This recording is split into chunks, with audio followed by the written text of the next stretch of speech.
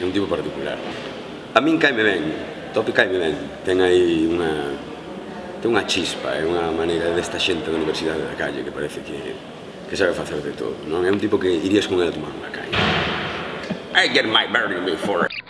O mellor de traballar nunha serie como Lucio e o equipo é a enerxía que hai no momento de gravar, non? Divertido é todo porque cando algo está feito con cariño, feito dunha maneira relaxada, todo fluye distinto, non? Claro, crearnos en todas as escenas pequenos gags que fan que cada intervención de Topi con Lucy e cada interactuación sexa graciosa, non? E Topi ten un punto moi coruño, non? É un tipo da calle, xa dicíamos. Eu estaba gravando ao final dunha secuencia e tiña que chamar a atención, tiña que dicir, pero señora, eu metille un neno ao final. Dicía, pero señora, neno.